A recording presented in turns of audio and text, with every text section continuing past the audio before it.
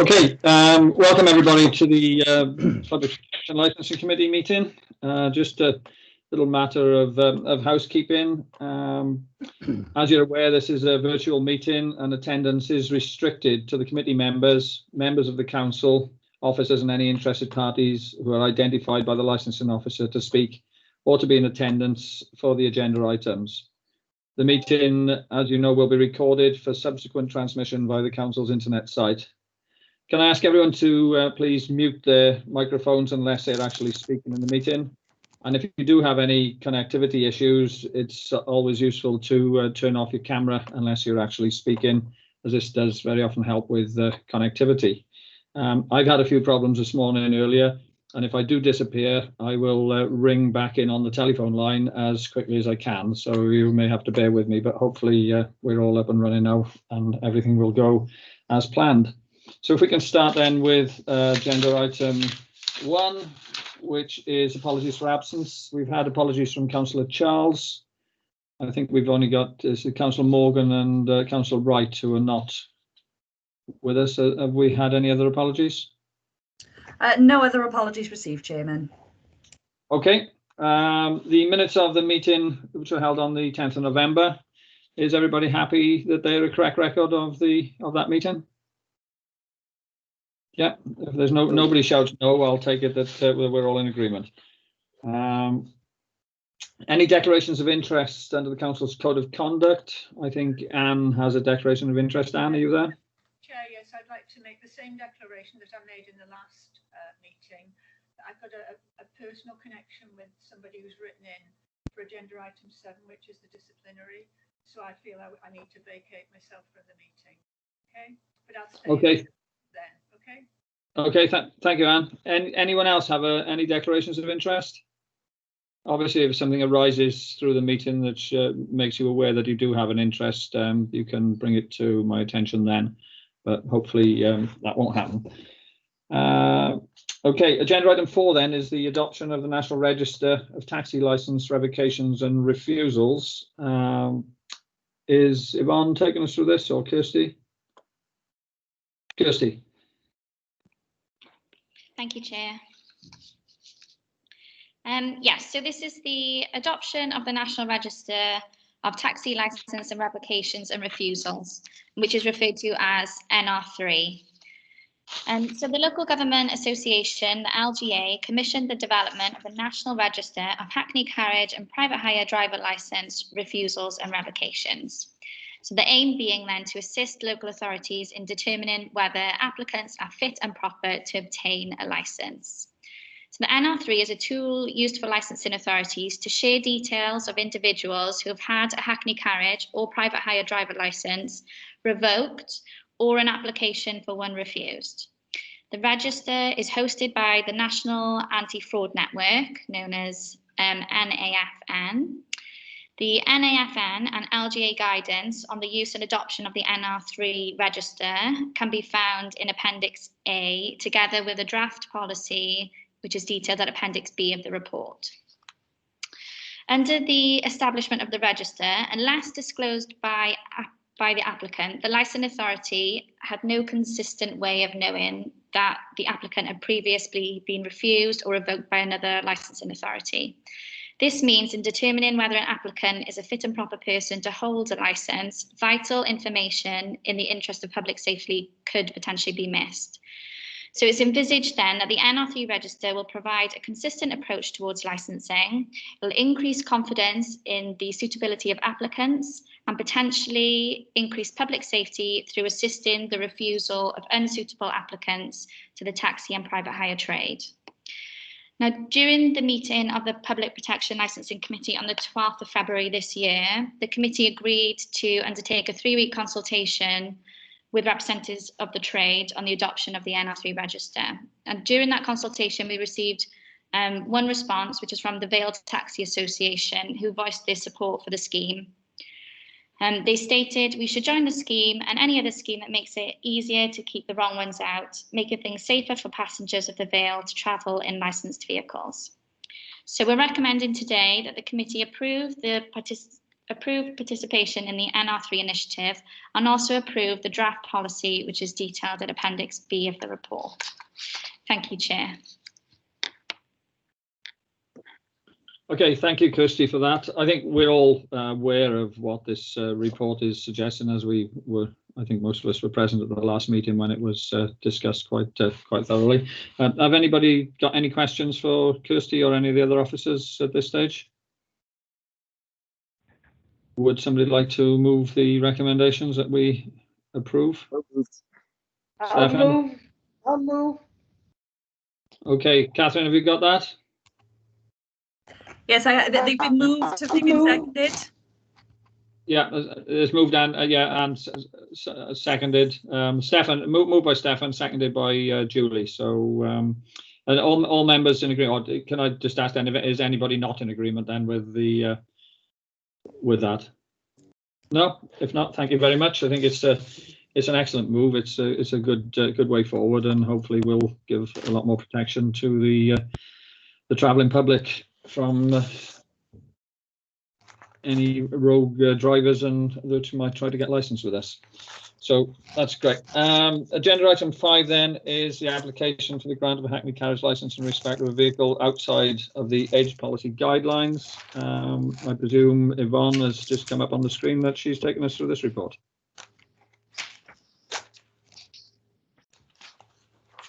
Okay, Yvonne? Yes, thank you, Chair. Good morning, members. This is an application to grant the request to waive the Vale of Glamorgan age policy guidelines in respect. Excuse me, Yvonne, is there any way you can get closer to your microphone so that we can hear you a little better? Is that better? Yes, thank you. Just to recap, this is an application made by Vale Rentals Limited for the council to waive its age policy guidelines in respect of an application for the grant of a Hackney carriage licence. As members will be aware, they reviewed the age policy guidelines in July 2019 and resolved that saloons must be less than 6 years old on the grant of a licence. And this vehicle, a Toyota Avensis, the date of first registration is June 2012, making it 8 years and 4 months old at the time of application.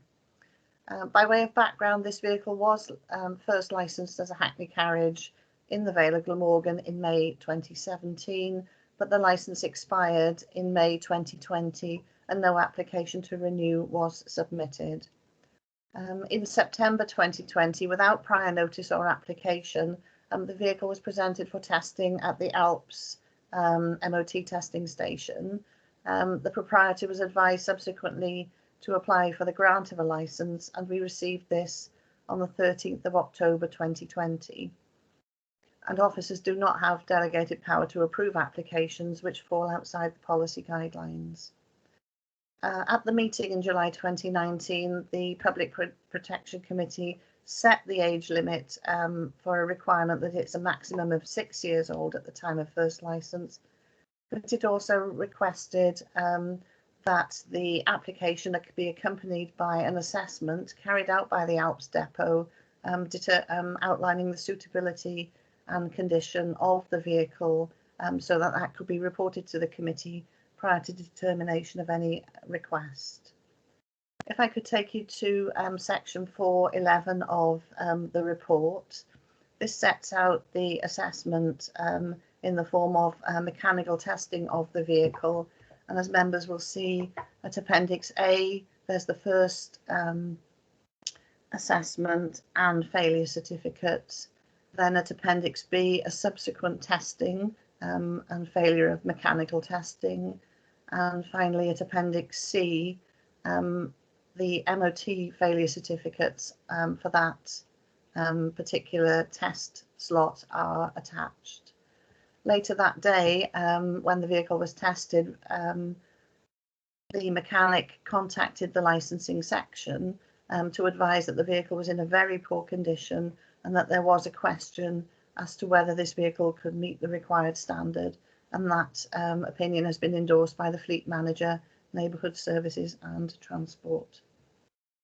Mr. Ahmed of Vale Rentals has indicated to, I believe, Democratic Services that he's unable to attend the meeting, but has requested that this application be determined in his absence. Could that be confirmed, please? Yes, I contacted Mr. Ahmed. He confirmed that he would not be participating today, but he was happy for the consideration to go ahead in his absence. He was also sent the link to this just in case his circumstances changed, but he has evidently opted not to come online. Thank you, Catherine. Yeah, I can confirm that I discussed that with Catherine earlier as well. So yeah, I think unless anybody is against it, I think we're happy to go ahead.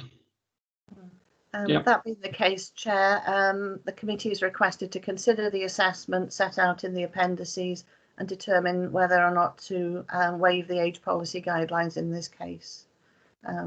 If members are satisfied that there are exceptional circumstances to depart from the age policy guidelines, and the vehicle will be presented again at the Fleet Services Alps for an MOT test and taxi compliance check. Thank you, Chair. Okay, thank you, Yvonne. Any members who wants to start?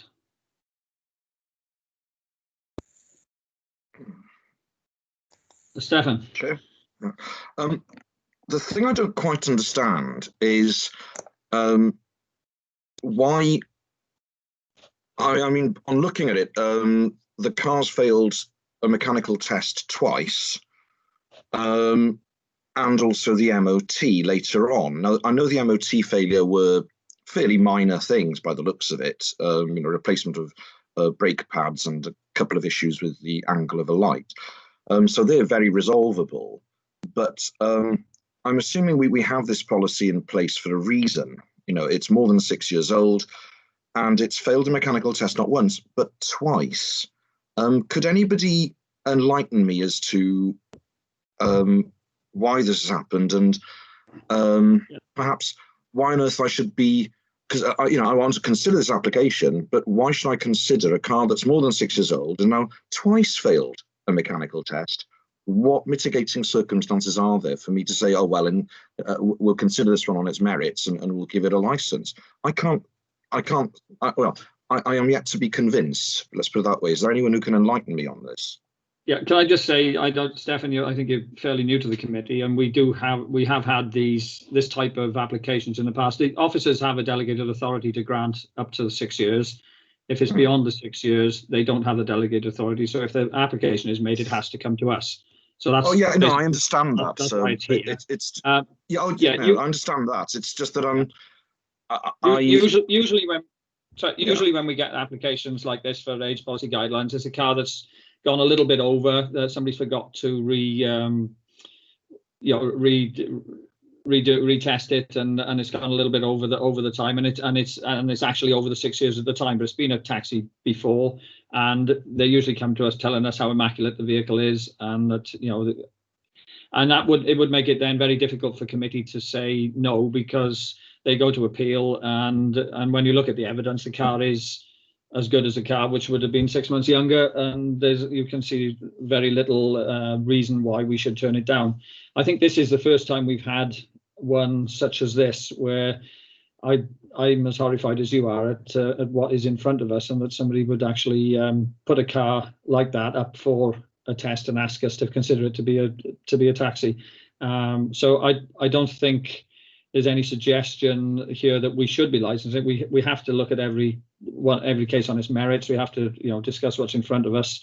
But as I say, I haven't really spoken on the issue yet, but I'm as horrified as what you seem to be, that a vehicle in the state that this one is in could possibly be considered as to be a licensed vehicle. So thank you for clarifying that.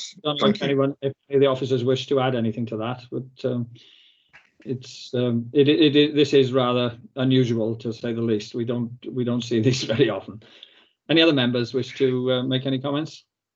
Catherine, and then Margaret. Yeah, I concur with what both of you guys are saying in relation to this. My question really is that I'm intrigued that the mechanic has bothered to lift up the phone to ring licensing, and I just wondered if that was something that happened often, because clearly he was concerned enough to think I need to let somebody else know. Is that something that happens often? I don't know whether Yvonne wishes to come in on that, but I don't think it's anything that happens very often, because probably it's not very often that that an application such as this would come in. Yvonne, would you like to comment? Chair, it is rare that we would be contacted in this way, in my experience. I think it's refreshing that to see that it has happened, and that, you know, there is a link up, a join up, and it's not just a case of ticking the boxes. It's, you know, somebody's actually taking the time to make their thoughts known to the licensing department that they have concerns. Yeah, thanks very much for that, Yvonne. And yes, I concur with that as well. Clearly, it was that bad that they felt they had to do something else about it. Thank you. Margaret? Similar to Catherine, I was concerned when I saw that. It's not very often that they do phone up, and this gentleman is not taking much notice, I don't think. I'm not happy with this. The thought of the car itself inside, the interior and everything does not come across as a good business to me. I'm not for this. I'm going to say that. Okay. I'm voting against it. Rob, did you indicate you wish to speak? No. Anyone else wish to speak? Stefan? Yeah, I mean, I just want to know what, because, you know, on the surface of it, the MOT issue is just a minor.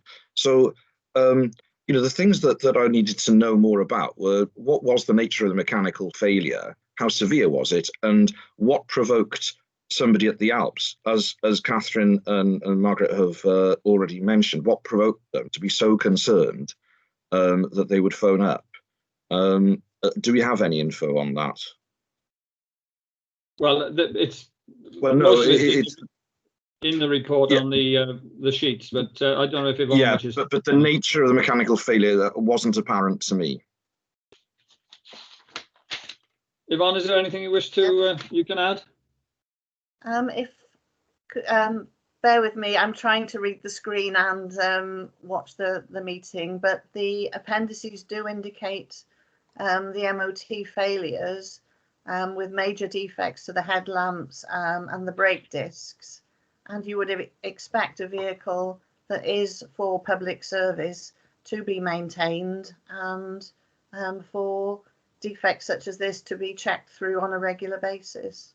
But that is one of the certificates for this vehicle, yeah, which is within your appendices. The second part of it is the taxi related checklist. So members can see all the areas of the vehicle that are checked and those areas that pass and fail the test.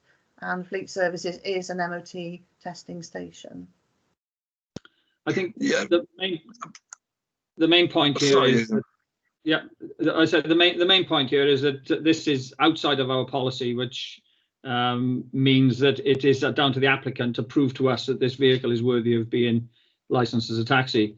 As far as I can see, and I think from the nods that I've seen on the screen, most other members think the same, that there is no way that this vehicle is suitable to be licensed as a taxi. The operator hasn't proved that in any way that it is, and therefore, to my mind, we should refuse the application. I don't know if anyone has. I agree, Chair. I just, if he's failed the test, he doesn't get it anyway.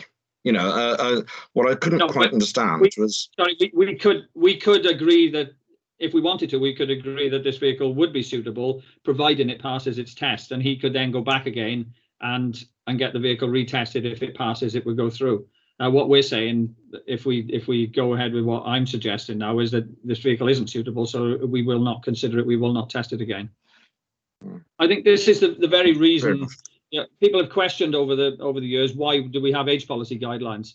And I think this today proves the reason why we have age policy guidelines. This is the very reason that we do have, because it has been said in the past that perhaps every vehicle should just be taken on its merits anyway. But there does become a point where vehicles are not really suitable to carry on in the trade, and I think this is probably one of those. I agree. Pam, you raised the hand. Yeah, I just wanted to say I read through it all as a car lover myself. I think he's treated his car appallingly. He hasn't looked after it. And quite honestly, it's got a very, very high mileage as well. It's 8 years old and it's what is it, done 250,000 miles? Hmm.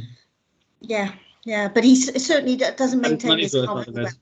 Yeah. And quite honestly, I know you're going to have an MOT every year, but you should look after your car. You should check these things while, especially using it if it is line of business. Those should be constantly checked all the time yourself. You know, don't take long. I think that is a concern that people actually use the test as a way of finding out what's wrong with their vehicles rather than getting them sorted and then taking them. You know, any vehicle really that goes for a taxi test should pass it first time without, you know, I know you can break a mirror or something on the way to the test, but these mechanical faults should be sorted by the garage, by the mechanics before they ever get as far as a test. But obviously we're not don't live in the ideal world, and that doesn't always happen. But so anyone else wish to add anything to this, or are we all, somebody like to move that we do not grant this? Chair James Jane? has a hand up. Yeah, and Rob Crowley seconded. Any dissent to that? Are all members happy? Yeah. Okay, thanks very much.